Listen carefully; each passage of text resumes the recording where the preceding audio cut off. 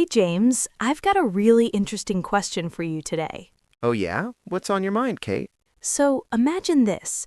If I suddenly say the word football to you right now, what's the very first game that pops into your head? Well, that's actually a great question because honestly, I immediately think about soccer. You know, the game where everyone's running around on a big green field, kicking that black and white ball. Exactly, James. That's exactly what most people around the world would think about too. But here's where it gets really interesting and maybe a little bit confusing. Oh, I think I know where you're going with this, Kate. If I say football to someone in America, they're going to picture something completely different.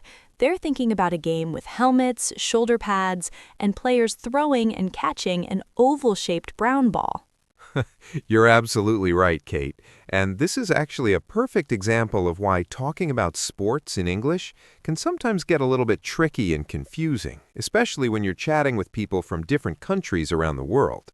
But here's the good news, my friends listening out there. You really don't need to worry at all. That's right, because today, Kate and I are going to make talking about sports in English feel super simple, really natural, and honestly just a lot of fun.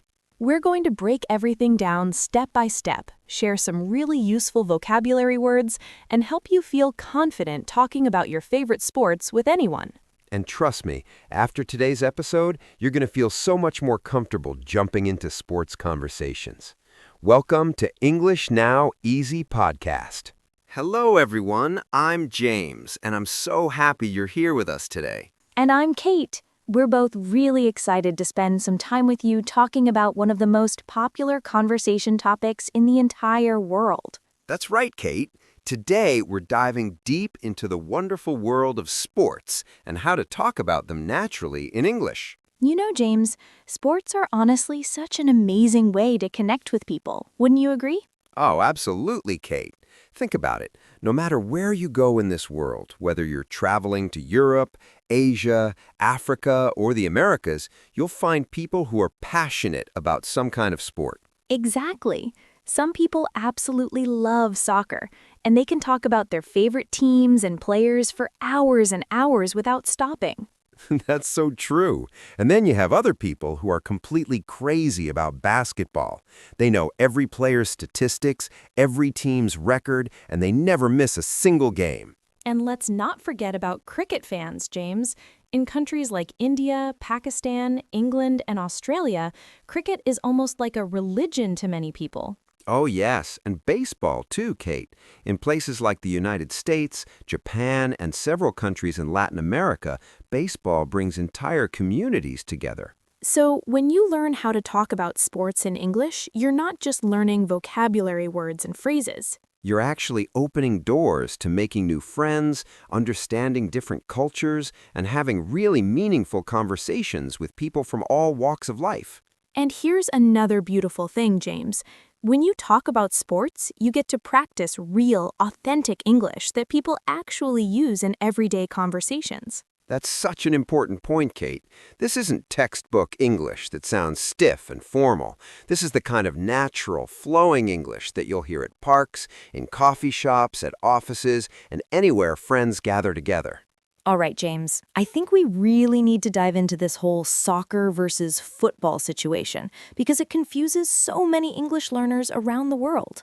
Oh, yes, Kate. This is definitely one of the classic confusions in English, and I'm so glad we're talking about it today. So let me paint a picture here, James. Imagine you're in England, Spain, Brazil, or most countries around the world, and someone says they love football. Right. So in those countries, when people say football, they're talking about that beautiful game where players use their feet to kick a round ball into a goal, and the goalkeeper is the only person allowed to use their hands. Exactly. That's the game with 11 players on each team, running up and down the field for 90 minutes and millions of fans cheering in stadiums and watching on television. But now, Kate, let's imagine a completely different scenario. You're in the United States, and someone tells you they're going to watch football on Sunday afternoon. Right, James. In that situation, they're definitely not talking about soccer at all. They're talking about American football, which is a completely different sport with totally different rules. In American football, players wear helmets and lots of protective padding because it's a very physical sport with lots of tackling and contact between players. And instead of kicking a round ball, the players are mainly throwing and catching an oval-shaped ball, trying to carry it to the end zone to score what they call a touchdown. So you can see why this gets confusing, right? The same word means two totally different games depending on where you are. Absolutely. So here's our friendly advice to help you avoid any confusion when you're having conversations about sports in English.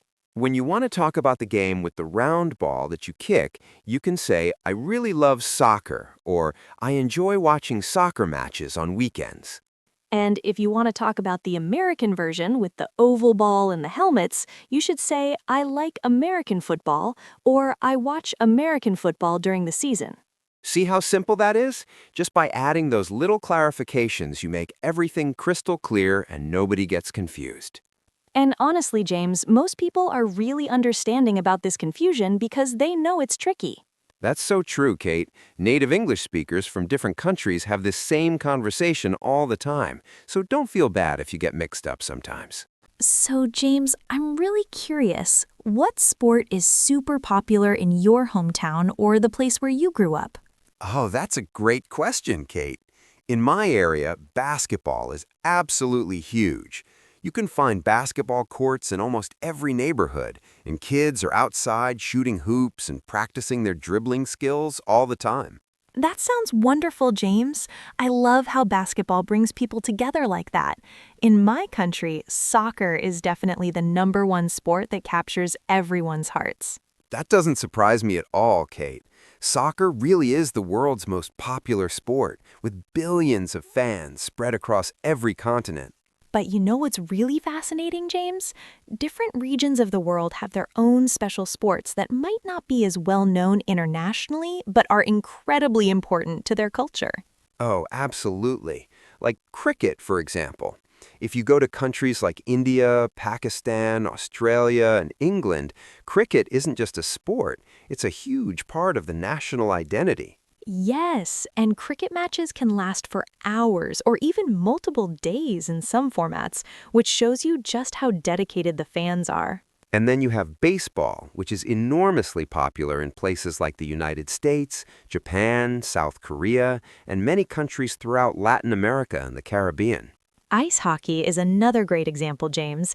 In countries like Canada, Russia, Sweden, and Finland, ice hockey is followed with incredible passion and enthusiasm. What I love about this, Kate, is that no matter which sport someone loves, it always creates this amazing sense of community and belonging.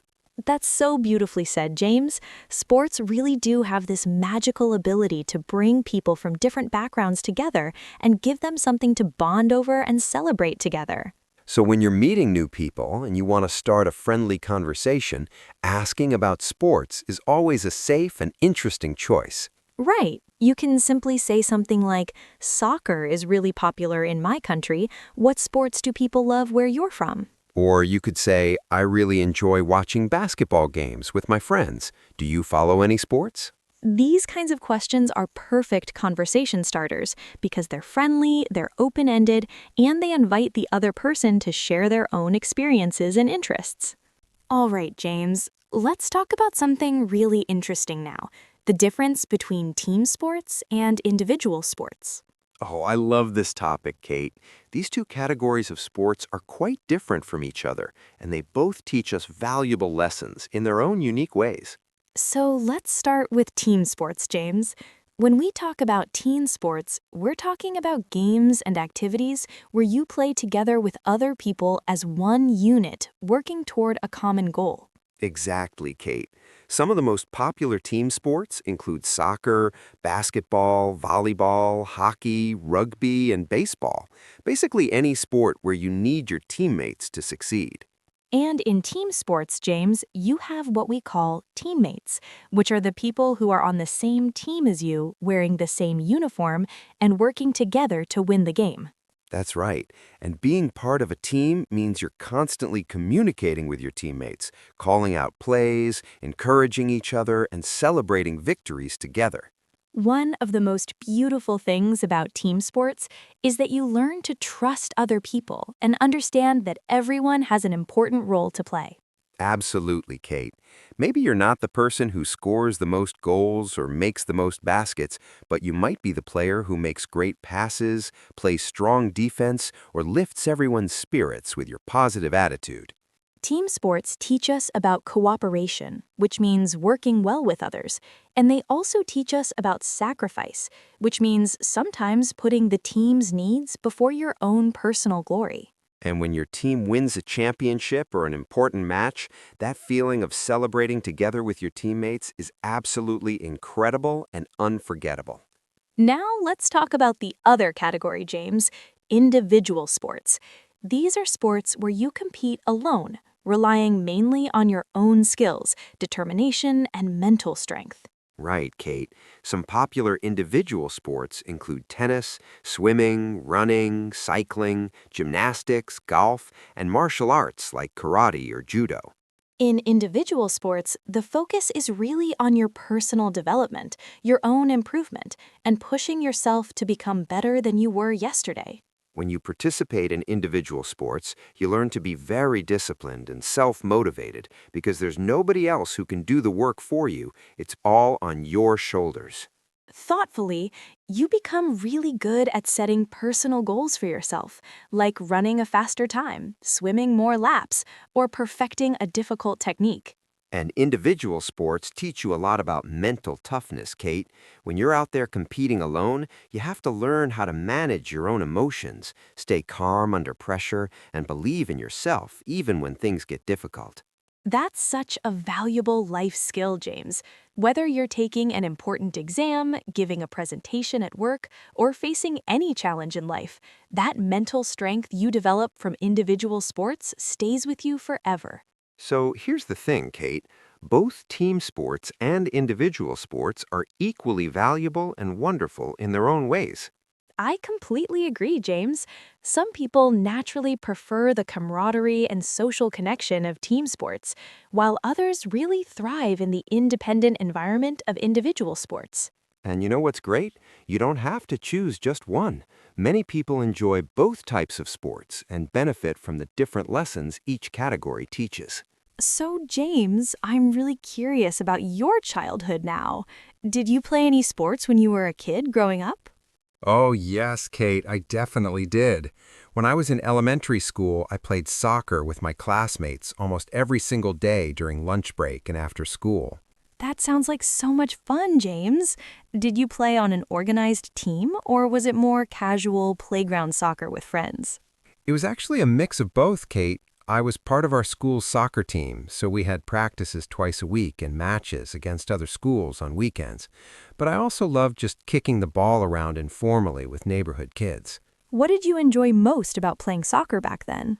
You know, Kate, I think what I loved most was the feeling of running freely on the field with the wind in my hair and just laughing and enjoying that time with my friends who shared the same passion for the game. That's really beautiful, James. Those childhood memories of playing sports with friends are so precious and special, aren't they? They really are, Kate. Even now, when I think back to those days, I can still remember the excitement of scoring a goal and having all my teammates run over to celebrate with me. I can picture that so clearly. Now you've got me all nostalgic and thinking about my own childhood sports experiences. Well then, Kate, why don't you share with us? What sports did you play or enjoy when you were younger? I was actually really into swimming, James. My parents enrolled me in swimming lessons when I was about 6 years old, and I just fell in love with being in the water. Oh, swimming is such a wonderful sport, Kate. And it's an individual sport too, which is quite different from my team sport experience with soccer. Exactly, James. And I think that difference really shaped me in interesting ways. Swimming taught me to be very self-reliant and focused on my own progress and improvement. What was it about swimming that really captured your heart and kept you coming back to the pool? Thoughtfully, I think it was the peaceful, almost meditative feeling of gliding through the water. When you're swimming laps, there's this beautiful rhythm, and you're just focused on your breathing and your movements, and everything else in the world just fades away for a while. That sounds incredibly calming and therapeutic, Kate. Did swimming help you with stress or anxiety at all? Oh, absolutely, James. Even as a child, whenever I felt overwhelmed or stressed about school or anything else, I would go to the pool and swim, and I always felt so much calmer and stronger afterward, both physically and emotionally. That's really wonderful, Kate. It's amazing how sports can give us not just physical fitness, but also mental and emotional benefits that stay with us for life. So true, James. And friends who are listening, we want you to know that you can easily share your own sports stories in English by using simple phrases like these. Right. You can say, I played soccer as a child and I really enjoyed the teamwork and friendship. Or, when I was young, I tried basketball, but I wasn't very tall. Or you could say, I really enjoy swimming because it helps me feel relaxed and peaceful. Or, I used to watch tennis matches with my family on weekends. These personal stories make conversations so much more interesting and help people get to know the real you beyond just basic facts and information. Kate, I think it's really important that we talk about something deeper now. The fact that sports aren't just about physical fitness and staying healthy. Oh, I'm so glad you brought this up, James. Sports actually teach us incredibly valuable life lessons that we carry with us long after we stop playing the games. Exactly.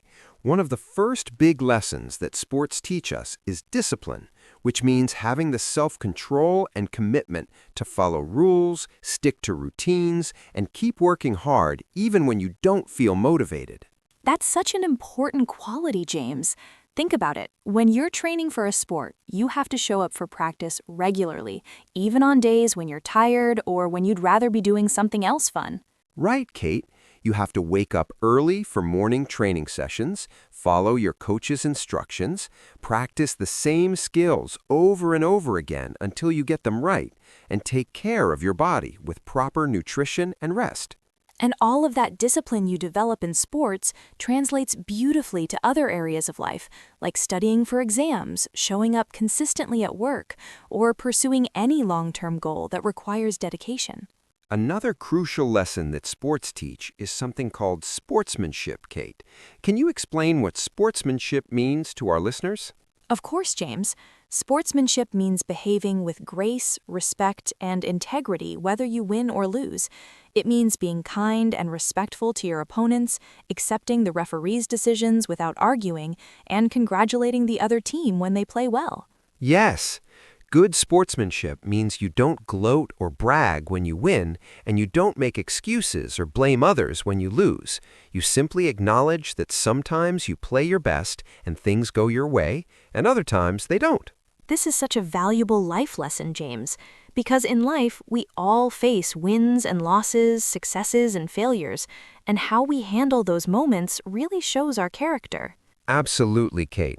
Whether it's not getting a job you applied for, failing an important test, or experiencing any kind of disappointment, the sportsmanship you learned from playing sports helps you handle these situations with maturity and grace. Another really important lesson from sports is learning how to handle pressure, James. Pressure means feeling stressed or nervous in important, high-stakes moments when a lot is riding on your performance. Right, Kate. Imagine you're a basketball player and your team is losing by 1 point with just 5 seconds left in the championship game, and suddenly the ball is in your hands and everyone is counting on you to make the final shot. Oh, the pressure in that moment must be absolutely incredible, James. Your heart is pounding, your hands might be shaking, the crowd is roaring, and you have to somehow stay calm enough to focus and take your best shot. Exactly. Or imagine you're a soccer player taking a penalty kick that will determine whether your team wins or loses the tournament. All eyes are on you, and you have to block out all that pressure and just focus on the ball and the goal. These high-pressure moments in sports teach us how to manage our nerves, control our breathing, trust our training, and perform when it really matters. And those are skills we use constantly in everyday life. Think about giving an important presentation at work, taking a final exam, going to a job interview, or having a difficult conversation with someone you care about. All of these situations involve pressure. And if you've experienced pressure in sports and learned to handle it, you're so much better equipped to face these life challenges with confidence and composure. Sports also teach us resilience, Kate, which means the ability to bounce back after setbacks, failures, and disappointments without giving up completely. Oh, yes, James. Every athlete experiences losses, injuries, bad performances, and moments of doubt. But the ones who succeed are the ones who get back up, learn from their mistakes, and keep trying. And that resilience, that ability to keep going, even when things are hard, is probably one of the most valuable qualities anyone can develop in life.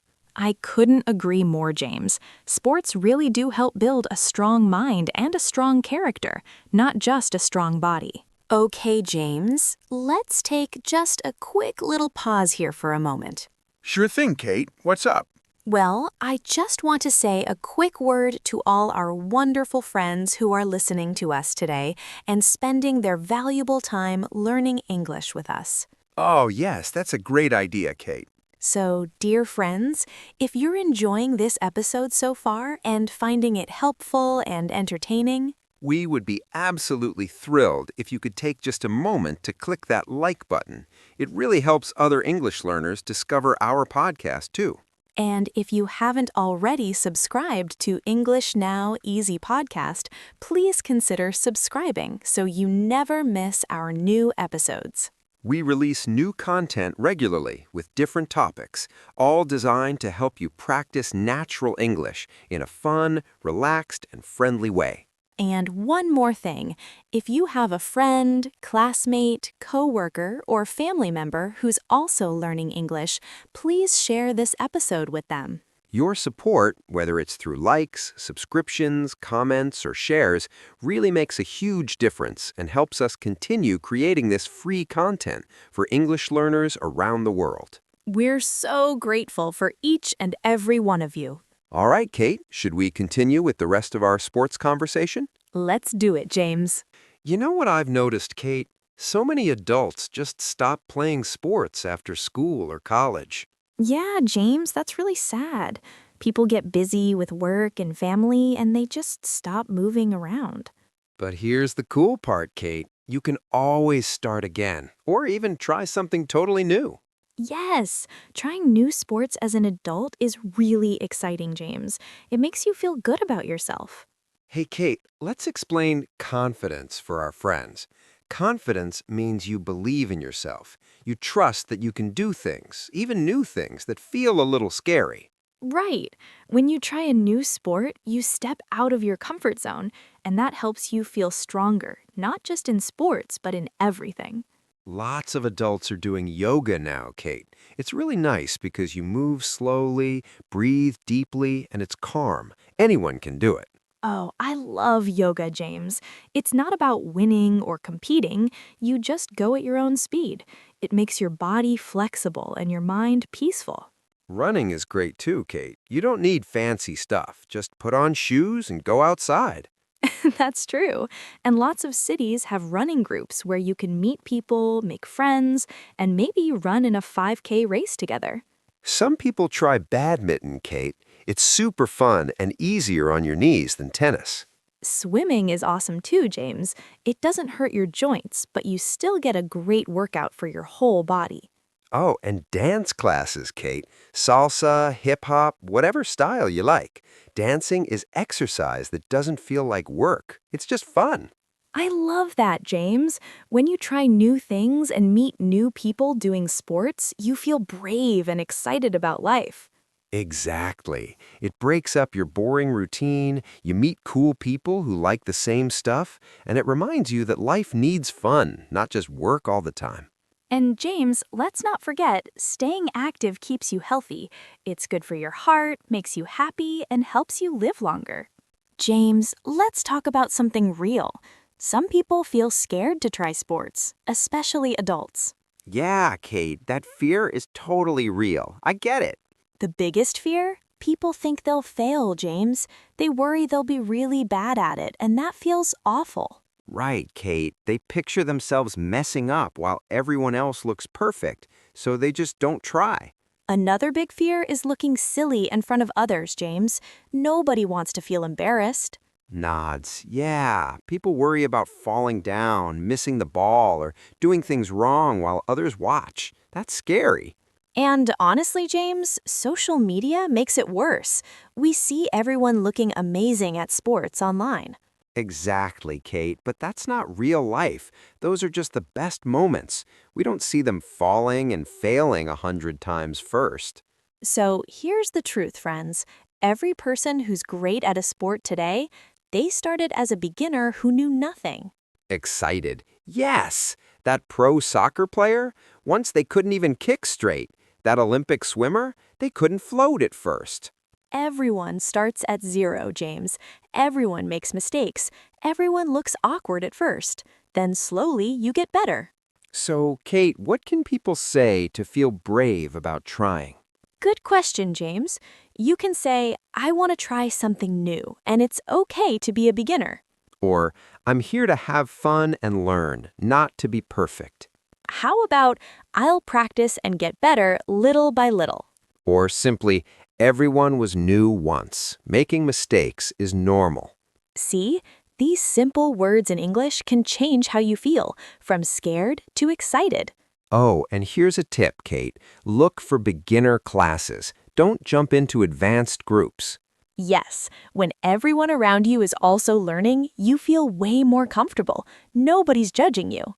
Just remember, friends, be nice to yourself. Celebrate small wins. The goal is fun and health, not becoming a superstar. James, I think it would be really helpful if we demonstrated an actual sports conversation so our listeners can hear how all these words and phrases come together naturally. That's a wonderful idea, Kate. Let's create a simple, realistic conversation between two friends talking about sports. You can be one person, and I'll be the other. Perfect. Okay, I'll start. Hey, James, do you like watching or playing soccer? Oh, yes, I absolutely love soccer. I grew up playing it, and I still watch matches whenever I can. How about you? Are you into soccer at all? I enjoy watching it, especially during big tournaments. By the way, who is your favorite team? That's an easy one for me. My favorite team is Barcelona. I've been supporting them for years, and I love watching their style of play. Do you have a favorite team, or do you just enjoy watching good games in general? I watch different teams depending on the tournament, but I really enjoyed watching the last World Cup. Speaking of which, did you catch any games recently? What was the score in Barcelona's last match? Oh, yes, I watched their game last weekend. It was such an exciting match. Barcelona won 3-1 against their rivals, and the atmosphere was absolutely electric. 3-1? That's a great score. It must have been an amazing game to watch. It really was, Kate. The winning goal came in the final 10 minutes, and the whole stadium just erupted with celebration. You could feel the energy even through the television screen. I love that feeling, James. There's something so special about watching sports with that kind of passion and excitement. It really brings people together, doesn't it? Absolutely. Whether you're watching at home with friends, at a sports bar with other fans, or lucky enough to be in the stadium itself, that shared experience of cheering for your team creates instant connections with people. Well said, James. And this is exactly the kind of simple, friendly sports conversation that anyone can have in English with just a little practice and confidence. That's right, Kate. You don't need to know complex grammar or fancy vocabulary, just some basic sports terms, genuine enthusiasm, and a friendly attitude. Well, James, we've covered so much ground today in our sports conversation. We really have, Kate. This has been such a fun and informative episode. Let's quickly recap everything we talked about today so our listeners can remember the key points. Sounds good.